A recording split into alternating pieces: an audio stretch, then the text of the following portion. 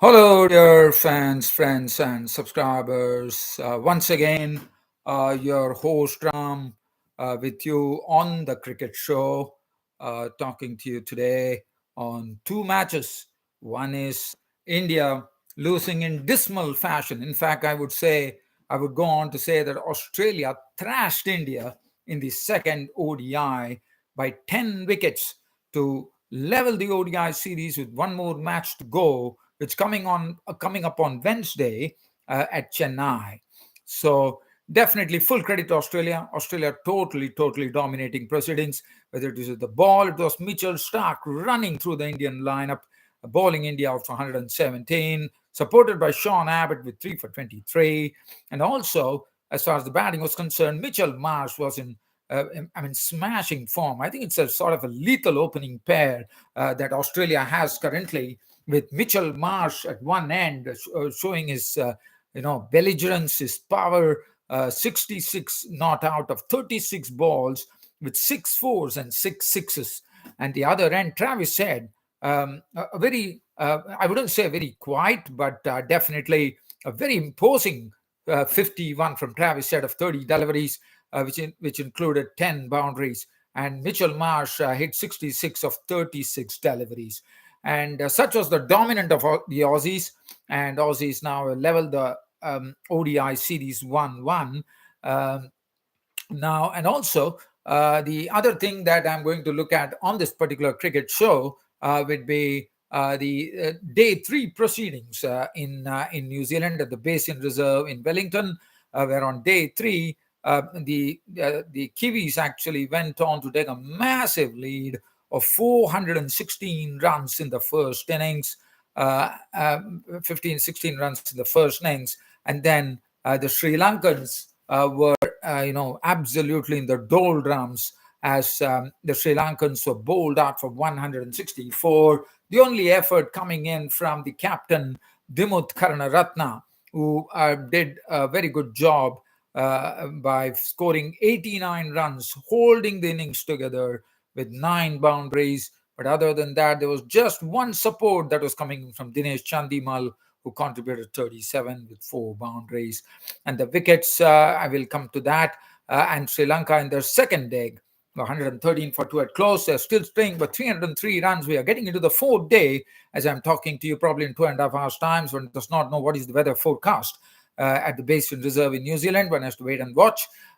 Keeping our fingers crossed, one could say. The Sri Lankans would be hoping that rain keeps continuing in the Basin Reserve in New Zealand, so that they can get out of jail here, one could call, because they're 113 for 2. They're trailing by 303 runs in the second innings after following on.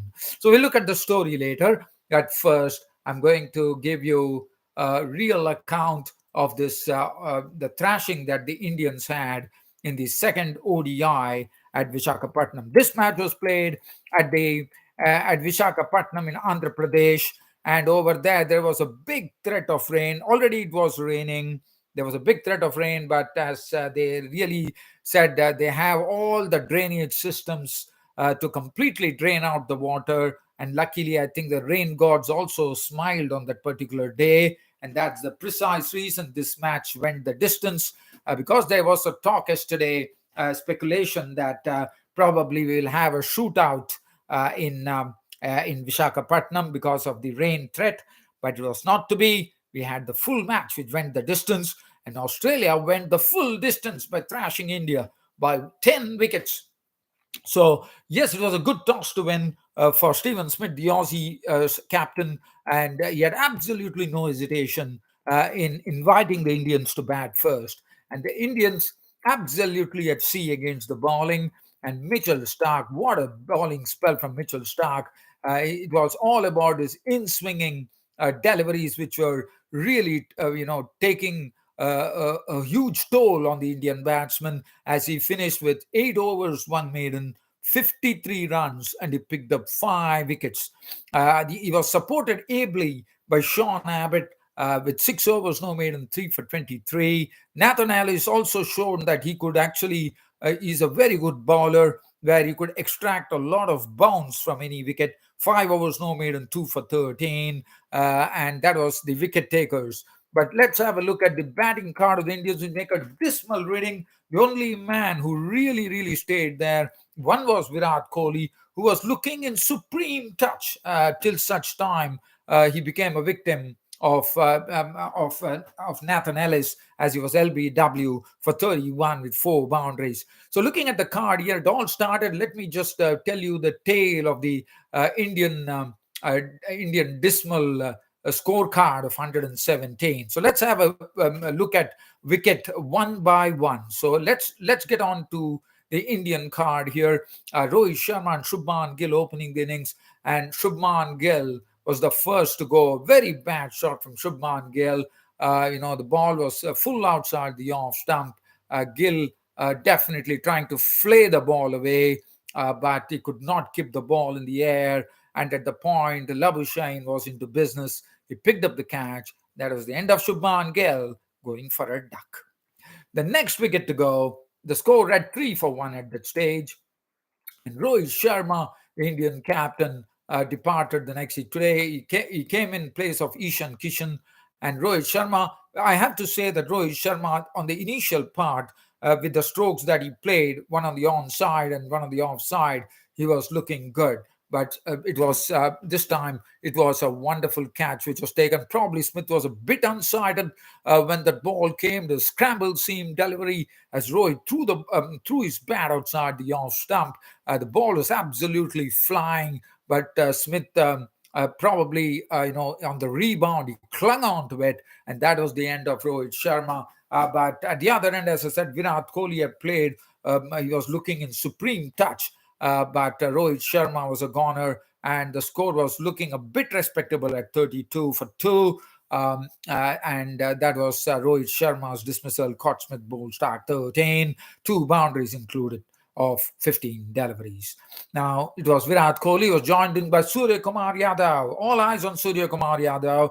And I have to say, Surya Kumar Yadav is someone who has to really, really do something to get things going in one-day cricket. His one-day average has not been good.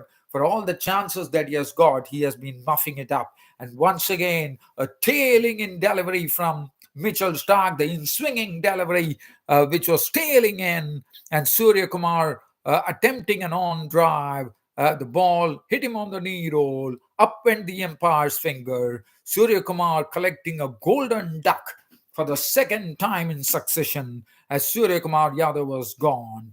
And now 3 wickets down for India for 32. Virat Kohli still there as KL Rahul joined him. But then KL Rahul also got a wonderful delivery from Stark. Once again, this is Mitchell Stark. This is his speciality as he gets the ball to tail in beautifully. And that's what he precisely did. The ball shaped up in from the middle stump. And Rahul was a goner. It hit him. Rahul probably thought he is probably going over the knee roll. It was not to be. It was the end of KL Rahul. Rahul LBW bowled Stark for 9. The Indians scored 48 for 4 as Hardik Pandya walked in. Hardik Pandya was out to a stunning catch by Stephen Smith in the slips. What a catch! That was an absolute stunner from Stephen Smith. He absolutely, in fact, this particular delivery was Hardik Pandya went on to poke onto it, and the ball was absolutely flying. And Smith also, flew at the same pace like a goalkeeper, and he actually picked up the catch. Picked up the catch in the end, and it was a sight to behold. And that was the end of Hardik Pandya. Caught Smith bowled Abbott for 1. The score, half the Indian team was in the pavilion at 49 for 5, and things looked pretty bleak for India. As Virat Kohli was still there, and that was the saving grace for India. But it was not. It was on that almost, I would say, some partnership was there between Ravindra Jadeja and Virat Kohli. One felt for Virat Kohli. He had played so well, I thought, in his innings, in his very brief innings that he was for 31 of 35. He was the highest scorer as well. And Nathan Ellis, as I said, is a very, very good bowler. A bit underrated, I thought. And this was just of the he just got the ball to just seam away, Virat Kohli was shaping, and probably the ball was pitched up, but it was shaping in, and Virat Kohli was shaping in to actually get on to flick it away through the leg side, and but it was all gone as Virat Kohli could not get a bat onto it, hit his pads, and Virat Kohli was into the pavilion. LBW ball, Alice for 31. India in deeper trouble at 71 for 6. As now it was left to Ravindra Jadeja along with the most reliable Indian player, Akshar Patel, the all-rounder at the crease. And Ravindra Jadeja was the next victim, and Ellis. Now, as I said, Ellis has this ability to generate a bit of bounce, and that's really was the key when he forced Ravindra Jadeja into indiscretion, as they wanted to probably glide it down to deep third man, but in the end it was a bounce that did him in, a bit of pace as well, and Jadeja was a goner. Caught carry bowl Ellis for 16, one boundary, 91 for 7. And after that, the tail enders, Kuldeep Yadav was victim of habit for 4, Shami for duck. And then Akshar Patel decided that he's going to wield the long handle as quickly as possible, and he clouted Mitchell Starc. And the first 6 that Akshar Patel hit was an absolute bloomer, one could call, because he hit it absolutely arrow straight into the crowd. And the next one was just taken off his hips and really pummeled into the crowd for another set. So those were some 2 nice moments for Akshar Patel, as Akshar Patel decided that he was the one who has to take up the challenge here with 9 wickets gone. And then Shami received a beautiful leg cutter, and Starc had the stumps rattled of Mohammad Siraj. That was the end of it. And Akshar Patel not out on 29, 1 4 2 6. And Akshar Patel, I have to say that this bloke is really showing his utility as a wonderful all-rounder. Today he was inducted into the team, as you would know.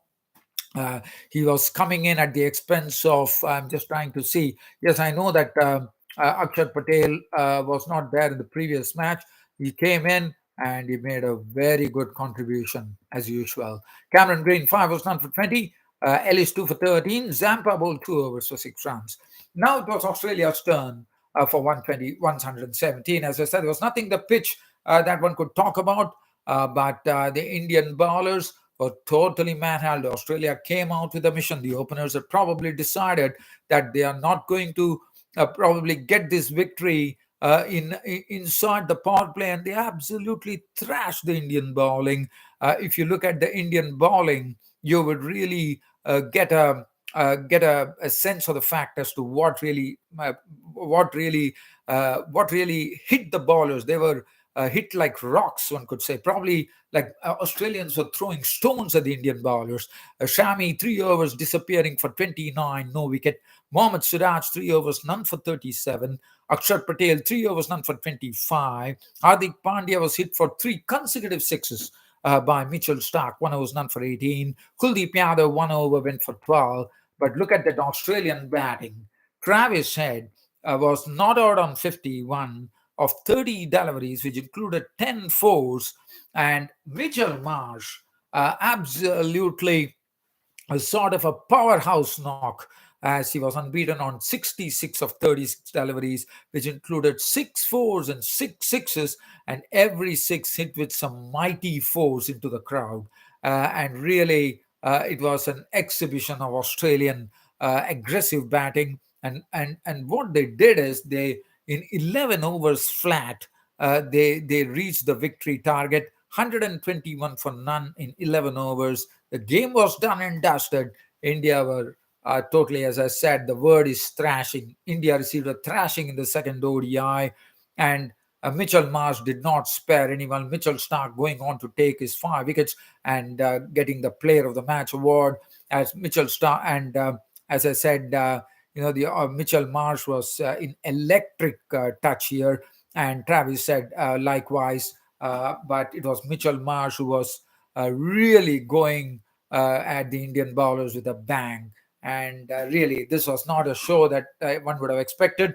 But nevertheless, it really sets up the final ODI, which is coming up in Chennai on Wednesday between India and Australia, which probably see the end of this ODI series. So the final ODI, it's a three-match ODI series. So the final ODI in Chennai will decide the outcome of the series. Well, dear fans, subscribers, now I'm going to shift here from here to the Basin Reserve in Wellington. We are talking about day three at the Basin Reserve in Wellington, where the Sri Lankans resumed at their overnight score with their. I'm not going to go into much of the details. Prabhat Jayasuriya, the night watchman, was quickly gone for four. Angelo Matthews was, forced by Matt Henry to nick at it, Blundell taking the catch for one. And Dinesh Chandimal, as I said, he was. Oh, Dimit Karnaratne, the captain, was playing. I mean, he was really holding the innings, and he knew where his off stump was, and he was really making a good judgment of leaving the balls outside the off stump, and he was the one who was really looking. But Dinesh Chandimal also played some good strokes. But this was the partnership one thought could have been the key after the dismissal of Angelo Matthews, but it was not to be because it could go only. They needed, really big partnerships with challenging. Trying to reply to the massive score by the Kiwis of 580 for 4 declared, but it was not to be. Chandimal was a victim of Michael Bracewell for 37 4 boundaries. Bracewell went on to pick up 3 wickets. Dhananjay Silva duck. Nishan Madhushka, who was making his debut, played some nice drives down the wicket with 3 boundaries in 19, but he was a victim of Henry. Rajita duck, Lairu Kumra and Fernando duck. That was the end of it, and the Sri Lankans folded 164. But what an innings from Dimut Karnaratne under the circumstances, 89, but he could not get any support from the other end, barring Chandimal, who stayed with him for a brief while. The bowling figures. 1 for 22 for Tim Saudi, 3 for 44 Matt Henry, 3 for 50 for Michael Bracewell, Doug Bracewell 1 for 19, and 1 for 21 for Blair Tickner. Now the Sri Lankans had no choice, but Tim Saudi, absolutely went there and told the Sri Lankans to follow on, and the Sri Lankans were at close of play on day three. They were placed at 113 for 2. They still trailed by 303 runs. Osado Fernando was a quick wicket. He was caught by the substitute Young of the bowling of Doug Bracewell as Oshara went on to flick the delivery through the onside square leg substitute picking up the catch. He was gone. And then Dimut Karnaratne once again, playing a good innings of 51 was caught. Conway bowled Saudi for 51 with 4 boundaries. And then, but Kushal Mendes, who did not do well, who got a duck in the first innings, really was there playing some nice strokes as he was an unbeaten on 50, and Angelo Matthews was not out on one, keeping company.